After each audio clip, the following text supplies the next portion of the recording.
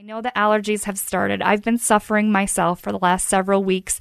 Some of you guys may even hear it in my voice this morning about the allergy symptoms and that you're having out there. And we're heading into the big flu season. We're heading into cold season, and we're already starting to see patients in the clinic. And one thing that this test does provide is it provides an immunodex function, and that's a testing that looks at immune function. It also looks at antioxidant function. So not only are we looking at your vitamins and minerals testing it, but they're going to group these together and look at how they work with the immune system and the antioxidant function.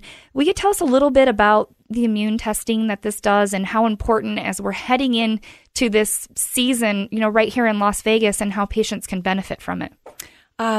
So getting back to the foundations of the micronutrient test is we are looking at the T lymphocyte, which is a part of your immunity.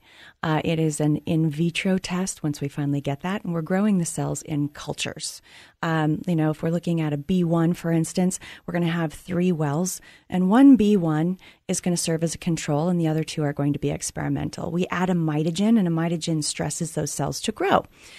With the Spectrax, or the Immunodex, actually, what we're doing is we're adding, let's say we're looking at Dr. Thomas's blood versus my T lymphocyte in my blood, and we add the mitogen to the cocktail, or to the wells.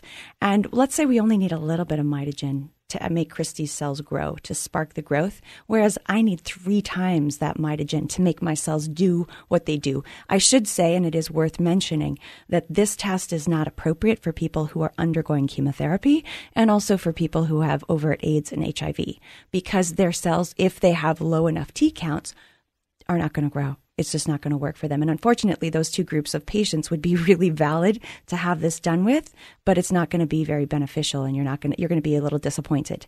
So that said, looking at the whole immune factors of what we're looking at has a lot to do with, this is an immune test, first and foremost, an immune test that is rooted in our ability to absorb intracellular nutrition.